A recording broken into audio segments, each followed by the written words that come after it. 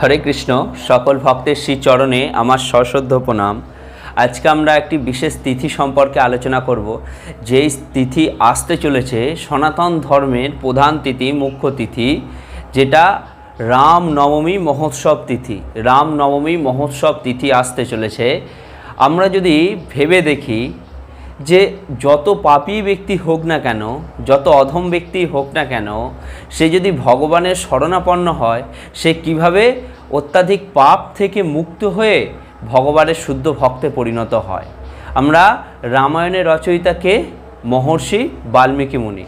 महर्षि बाल्मीकि मुनिर यदि आमरा इतिहास श्रवण करी ताहले अनायासेई आमरा राम चरित्र सम्पर्के ज्ञान लाभ करते पारबो।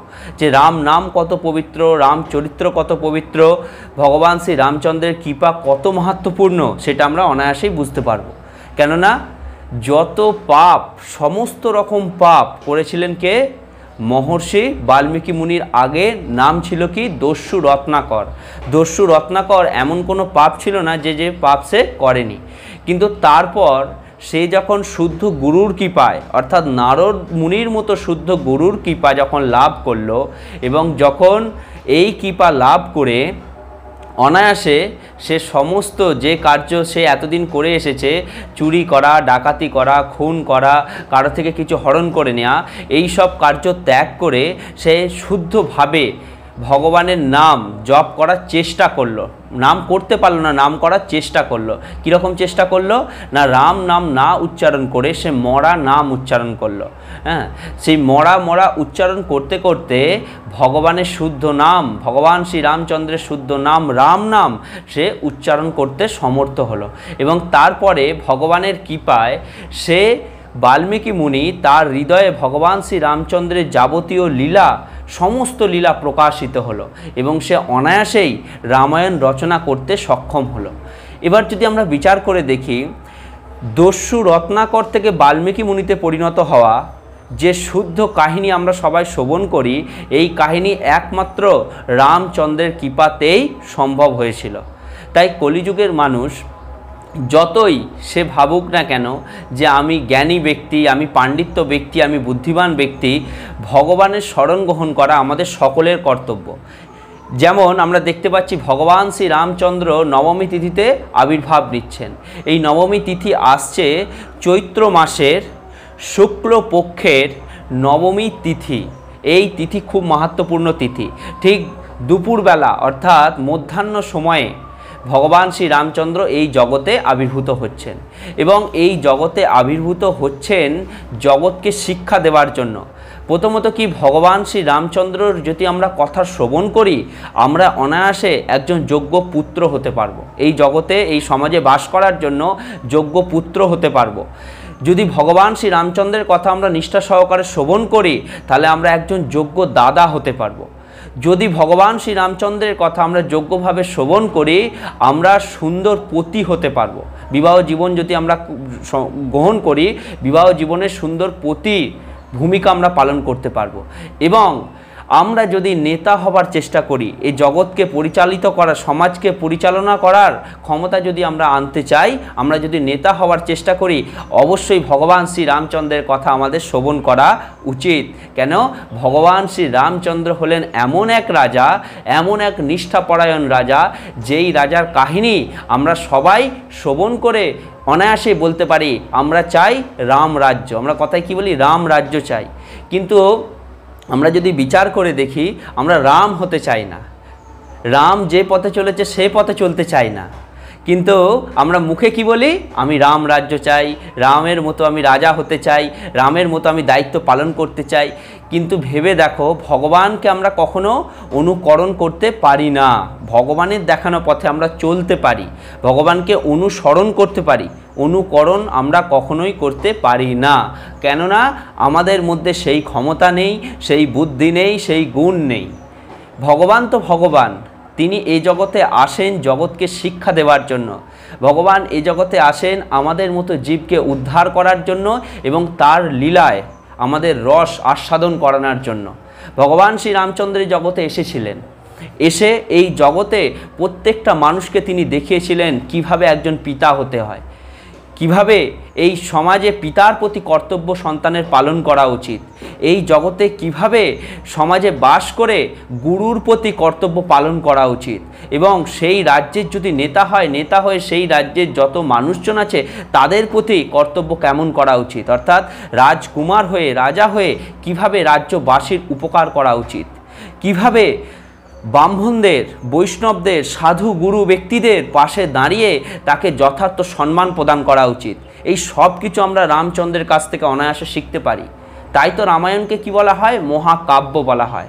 দুই মহাকাব্য সনাতন ধর্মে আছে, এক হচ্ছে মহাভারত, দুই হচ্ছে রামায়ণ। এই দুটো কিন্তু খুব মাহাত্ম্যপূর্ণ, এটা শুধু কাব্য না, মহাকাব্য। কেন মহাকাব্য?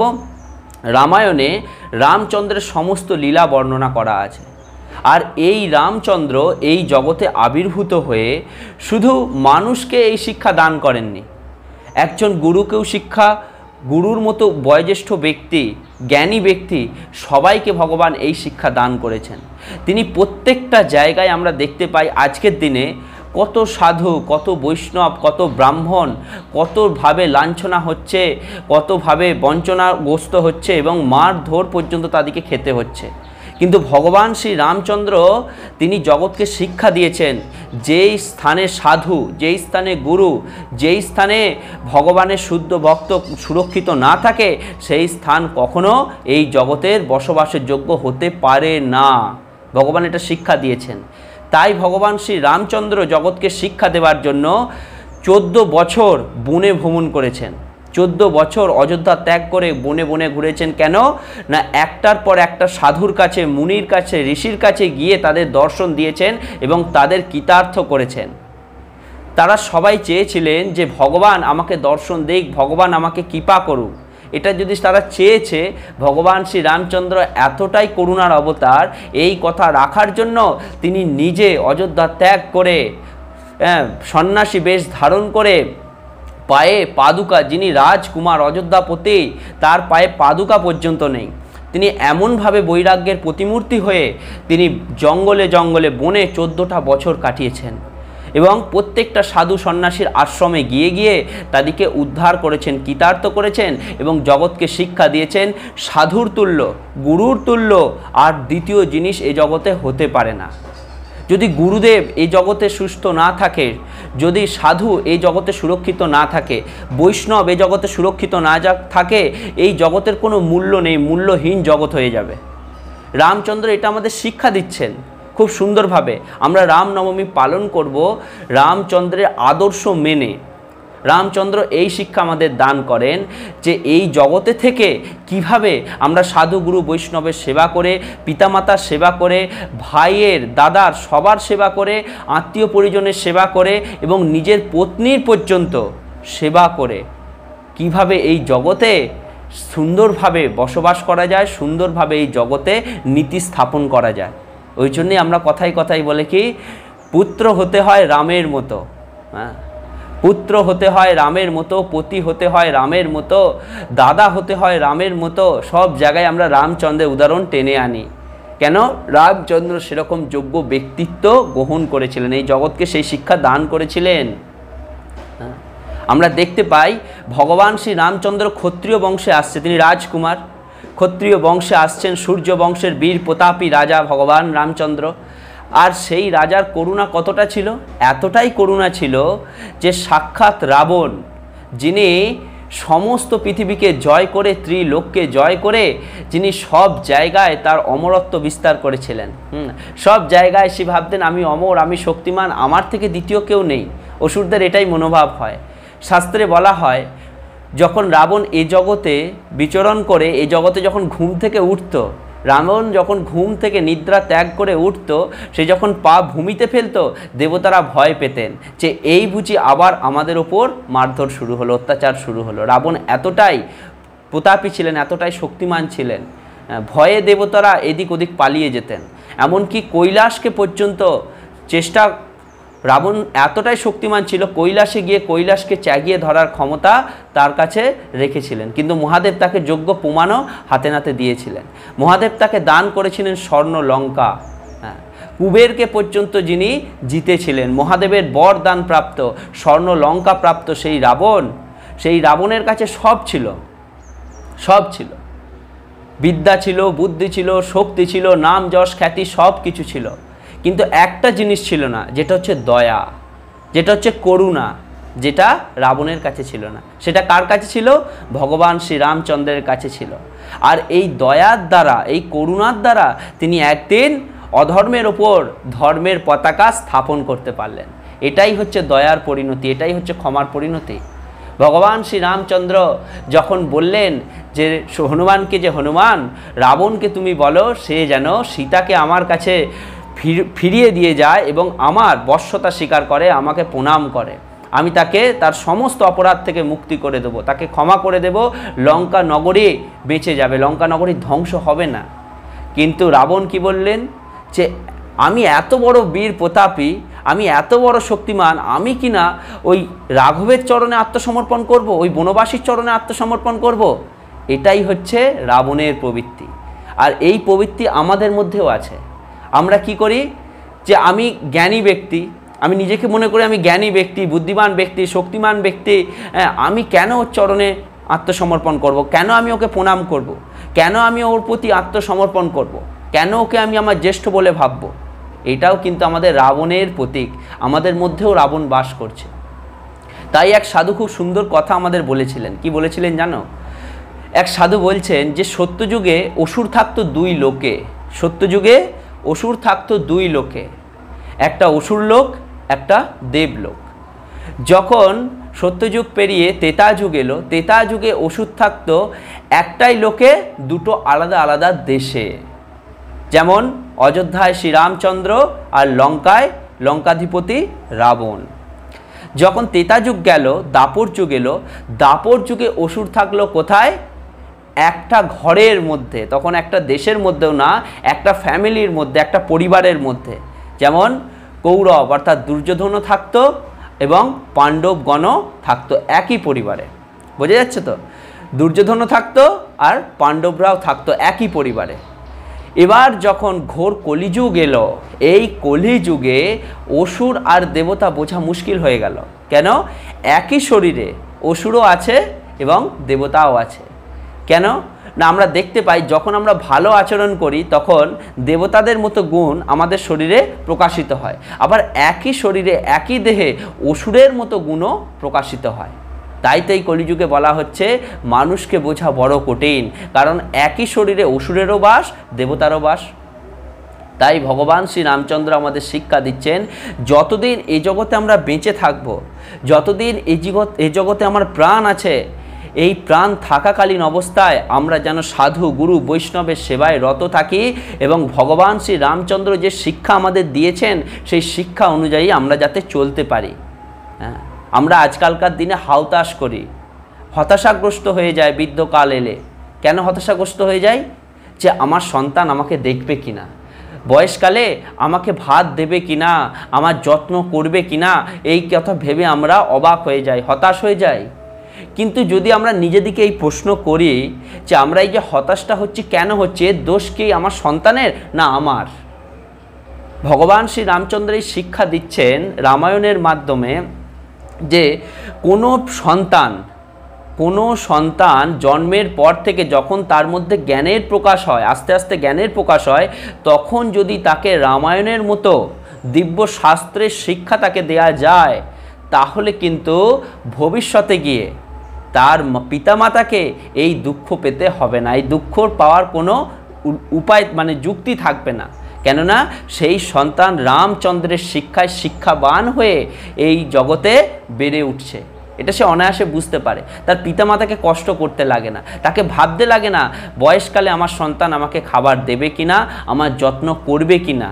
কারণ তিনি জানেন ভগবান শ্রী রামচন্দ্র পিতৃসত্য, শুধু পিতার একটি বাক্য, পিতৃকথা, পিতার দেয়া একটা বচন রক্ষা করার জন্য, পালন করার জন্য যিনি 14 বছর বনে কাটাতে পারেন, তার চরিত্র যেই পুত্র পড়ে অর্থাৎ পড়াশোনা করে, শ্রবণ করে, যে সেই চরিত্র দিব্য চরিত্র সম্পর্কে শ্রবণ করে এবং দর্শন করে সেটাকে অধ্যয়ন করে, সে অনায়াসে তার মধ্যে এই ভাব জাগরিত হয় যে পিতা মাতাকে যে ব্যক্তি কষ্ট দেয় সে কখনো ভগবানের প্রিয় হতে পারে না। এটা সে অনায়াসে লাভ করতে পারে। যে ব্যক্তি পিতামাতাকে কষ্ট দেয় সে কখনো ভগবানের প্রিয় হতে পারে না, কারণ এই জগতে পিতামাতা ভগবানের আরেকটি রূপ, ভগবানের আরেকটি রূপ এই জগতের পিতামাতা। দ্বিতীয় রূপ কি? এই জগতের দ্বিতীয় পিতামাতা রূপ কি? আর একটা জীবন আমরা লাভ করি এই জগতে, সেটা হচ্ছে দীক্ষার মাধ্যমে। এক হচ্ছে পিতামাতা জন্ম দিয়েছে, সেটা একটা জন্ম। দ্বিতীয়বার জন্ম হয় কখন? যখন গুরুদেব আমাকে দীক্ষা প্রদান করে, তখন গুরুদেব আমাকে নতুন করে আর একটা জন্ম দেয়, যাকে বলা হচ্ছে দীক্ষা রূপে দ্বিতীয়বার জন্ম। এখান থেকে আমরা খুব সুন্দর শিক্ষা পাই যে রামচন্দ্র এই জগতে রামলীলার মাধ্যমে এই জগতে বিভিন্ন শিক্ষা বিভিন্নভাবে প্রচার করেছেন। তার মধ্যে একটা শ্রেণী হচ্ছে বানর শ্রেণী, যেটাকে আমরা বলি সাক্ষাৎ হনুমানজি মহারাজ রামচন্দ্রের এত প্রিয় ছিলেন, এত কাছের ছিলেন। আমি একটা ছোট্ট কাহিনী আলোচনা করব। এই কাহিনীটা খুব সুন্দর। রামচন্দ্র লঙ্কায় রাবণকে বধ করে লঙ্কায় বিজয় প্রাপ্ত হয়ে বিভীষণ মহারাজকে লঙ্কার রাজা বানালেন। লঙ্কার রাজা বানিয়ে যখন পুষ্পক বিমানে লঙ্কা থেকে অযোধ্যায় ফিরে এলেন সীতা সহ, লক্ষ্মণ সহ, হনুমান সহ এবং যত সেনাগণ ছিল বানর সেনাগণ সকলে মিলে, শুধু তাই নয় বিভীষণ মহারাজ এবং সুগ্রীব সবাইকে নিয়ে যখন অযোধ্যায় ফিরে এলেন, আসার পর এবার নতুন করে দায়িত্বভার, নতুন করে রাজ্য সামলানোর জন্য নতুন সংগঠন, বোর্ড গঠন সব কিছু তৈরি হচ্ছে।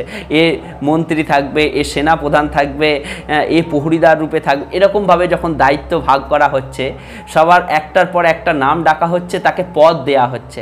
তুমি এই পদের দায়িত্ব থাকবে, তুমি মন্ত্রী পদের দায়িত্ব থাকবে, তুমি সেনাপ্রধানের দায়িত্ব থাকবে, তুমি খাদ্য বিভাগ পদের দায়িত্বে থাকবে। এইভাবে যখন পদের দান করা হচ্ছে, রামচন্দ্র দান করছেন, তখন নাম আসছে কি অঞ্জনী পুত্র পবনসুত হনুমান, তুমি কোথায় আছো? এখানে আসো, তোমাকেও পদ দেয়া হবে। হনুমানজি মহারাজ এই কথা শুনে এসে রামচন্দ্রকে প্রণাম করে জয় শ্রীরাম ধ্বনি দিয়ে এসে রামচন্দ্রকে প্রণাম করলেন। প্রণাম করে বলছেন, প্রভু কি আজ্ঞা আছে আমার প্রতি আপনি করুন। যখন এই কথা বলেছে রামচন্দ্র বলছে, হনুমান সবাইকে আমি পদ দিচ্ছি, বলো তোমার কি পদ লাগবে। হনুমান মহারাজকে যেই এই কথা বলেছে, হনুমানজি মহারাজ বলছে, প্রভু আমার একটা পদ লাগবে না, আমার দুটো পদ লাগবে।